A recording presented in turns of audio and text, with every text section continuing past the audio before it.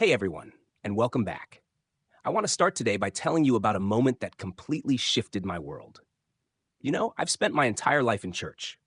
I was baptized, confirmed, taught Sunday school, and I've read the Bible cover to cover more times than I can count. I always thought I knew Jesus. I mean, really knew him. I saw him as the great shepherd, and I saw myself as one of his flock. And that felt good. It felt safe. It felt like I was doing everything right. But there was always this tiny little voice, this little whisper that just kept nagging at me. It said, "Is that all there is? Is this really the whole story?" And I'd push that voice down, of course, because what else could there be? Following Jesus meant believing in him, following his rules, and trying to be a good person, right? That's what we've always been told. But then one quiet morning, I was deep in a study of the Gospels, and I came across a verse that I'd read 1,000 times, and it hit me like a bolt of lightning. It was one of those moments where the words just leaped off the page. The one where Jesus tells the fisherman, "Follow me, and I will make you fishers of men." And I just stopped. I mean, I literally put my Bible down and sat there in silence for a few minutes. I thought about what that phrase, "follow me," really meant to them. Not to us, not to people in the 21st century, but to those men in that moment. And a question just burned in my mind. What if our modern understanding of following is completely different from what they understood? What if we've been following the wrong instructions for 2,000 years? Now, I know that sounds radical. It sounds almost impossible. It's the kind of thought that a lot of people might be uncomfortable with. But stay with me on this, because what I found is going to absolutely blow your mind. It's a discovery that has the power to change everything you thought you knew about your relationship with God.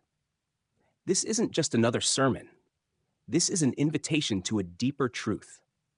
I started digging. I went back to the original Greek and Aramaic. I began studying the culture of first century Judaism, the world that Jesus actually lived in. And I found something fascinating about the relationship between a rabbi and his disciples. It wasn't what we think it is today. When a rabbi told a disciple to follow me, he wasn't asking them to be his permanent sidekick or his fan club. He wasn't saying, "Walk behind me and do what I say." He was saying something far more profound, something dangerous. He was saying, "Follow me and become what I am." He was inviting them into a journey of transformation, not imitation. The goal wasn't to worship the rabbi. It was to embody the rabbi's teachings, his consciousness, his very way of being in the world. Think about that for a second. The goal wasn't to be a follower. The goal was to become a rabbi in your own right. The journey of a disciple was to become so much like their teacher that they could eventually go out and teach others. The rabbi was the living example, and the disciple was to become a living reflection. So when Jesus said, "Follow me," he wasn't looking for groupies. He was looking for mirrors. He was looking for people who would reflect his divine nature back into the world. He was looking for equals. And this is where it gets really interesting. Because when you see it through this lens, everything changes. Every single one of Jesus' teachings takes on a whole new meaning. All those times he criticized the religious leaders of his day for being blind guides or whitewashed tombs. He was criticizing them for being stuck in the mode of following rules instead of embodying a new way of being. He wasn't trying to build a new institution with a new set of rules to follow. He was trying to start a revolution of consciousness, a movement of people who would know their own divine nature. This is the kind of stuff that just lights me up. This is why I created this channel. Because if you're like me, and you've always felt there was something more to this story, a deeper truth just waiting to be uncovered, then you're in the right place. So if this is resonating with you, if you feel that little spark of recognition, please hit that subscribe button. It's a way of telling the universe, I'm ready to go on this journey of discovery. And trust me, you're not going to want to miss what we uncover next. All right, let's dive even deeper into this. The more I explored this concept that Jesus didn't want followers, he wanted mirrors, the more my mind was absolutely blown. It wasn't just a random thought. It's woven into the very fabric of his teachings, a hidden language just waiting for us to rediscover it. It's like Jesus left behind a secret code, and we're finally starting to crack it. And the more you see it, the more you realize it's everywhere. Think about it. Why did Jesus disappear when people tried to make him a king? Why did he walk away when they wanted to build monuments to him? If he wanted followers, wouldn't he have embraced that? Wouldn't he have wanted to lead an earthly kingdom? But he didn't. He literally hid from them. That's because he knew an earthly kingdom based on following a leader was the exact opposite of what he came to do. He came to awaken a divine kingdom within each and every person. He wasn't the destination, he was the guide. He wasn't the show, he was the mirror. And this brings me to one of the most powerful and often misunderstood moments in the Gospels. The scene where his disciples ask him, "Lord, teach us to pray." We often read this as them just asking for a new prayer, a list of words to say. But in the context of the rabbinic tradition, they were asking something infinitely more profound. They were asking, "Teach us to connect to the divine the same way you do." They weren't asking for a script, they were asking for an initiation. They were saying, "Teach us how to become what you are." And what did Jesus do? He didn't give them a series of complicated rules or rituals. He gave them what we now call the Lord's Prayer, a simple yet powerful guide to aligning their consciousness with God's. Our Father who art in heaven wasn't just a title, it was an invitation to recognize their divine origin. Thy kingdom come, thy will be done, on earth as it is in heaven wasn't just a wish, it was a command to embody the divine here and now. He was teaching them to become heaven on earth. And then he said something that should shake every single person to their core. When you pray, go into your closet and pray in secret. Why?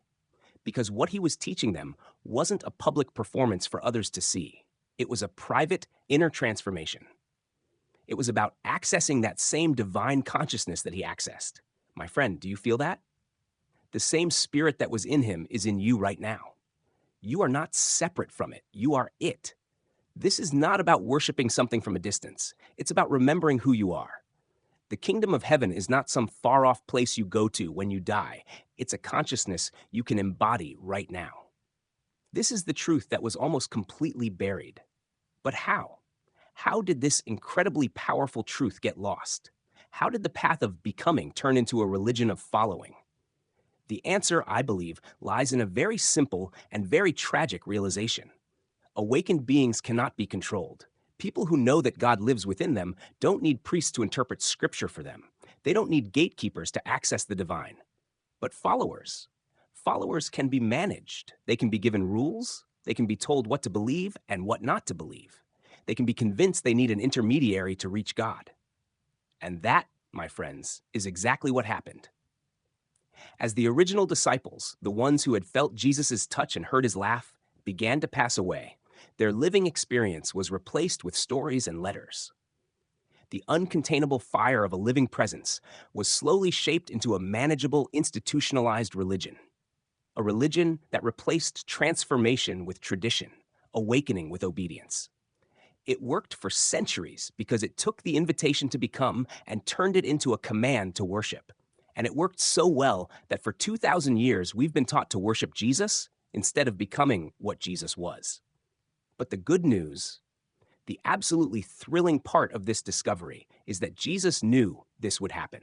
He knew the world would try to turn his revolution into a religion, and so he left the code, the invitation, right there in his words, embedded so deeply that no empire, no institution could ever truly erase it. The path of becoming is still there. It's just been waiting for us to remember. So, are you feeling that call? That little voice inside you that says, "I'm ready for more"? I hope so. Because what we're about to explore next is the ultimate culmination of this entire journey. It's the moment when everything clicks, and you see not just what Jesus wanted, but what he made you capable of. You're not going to want to miss the final part of this revelation. We've explored the idea that Jesus wanted us to become living reflections of the divine, not just followers. We've seen how this powerful, radical truth was slowly turned into a manageable religion. But the story doesn't end there. It's actually just beginning. Because the most beautiful part of this entire revelation is what Jesus did to ensure we would finally get it. He gave us a final, undeniable demonstration of our own potential. Picture this. The crucifixion happens. The disciples are shattered. They're hiding, terrified, and everything they believed in is gone. They thought Jesus was special, unique, the one and only Son of God. And then he appears to them after the resurrection. Now, if his goal was to be worshiped from a distance, he would have come back as a distant, untouchable figure, saying, "See, I told you I was special. Worship me now." But that's not what he did. Not at all. He came back and he did something mind-blowing. He didn't just show them that he had come back to life. He showed them that what they thought was unique to him was actually what they were capable of. When Thomas put his fingers in the wounds, when they ate fish with him, when he walked through walls and appeared in locked rooms, he wasn't just showing off. He was demonstrating a higher state of being. He was demonstrating what a human being, fully awakened to their divine nature, could do. The resurrection wasn't about one man coming back to life. It was about the life in all of us waking up. And then he said the most revolutionary words that have ever been spoken. "As the Father has sent me, so I send you." He wasn't saying, "Worship me for what I did." He was saying, "Go and do what I did." He breathed on them and said, "Receive the Holy Spirit." He was transferring the very same consciousness he embodied into them. Do you see it now? This is the moment everything clicked for them. They finally understood that follow me didn't mean to be his permanent groupies. It meant to become living expressions of the same divine consciousness. The Apostle Paul understood this when he said, "It is no longer I who live, but Christ who lives in me." And John understood it when he wrote, "As he is, so are we in this world." They finally realized they weren't followers anymore. They were embodiments. And so, my friends, I have to ask you, are you ready to stop just following and start becoming? Are you ready to stop worshiping Jesus from a distance and start embodying the Christ consciousness he demonstrated? This isn't about giving up your faith. It's about deepening it beyond your wildest imagination. It's about remembering what Jesus always knew you could be. He didn't want a church. He wanted a world full of people who knew they were temples of the living God.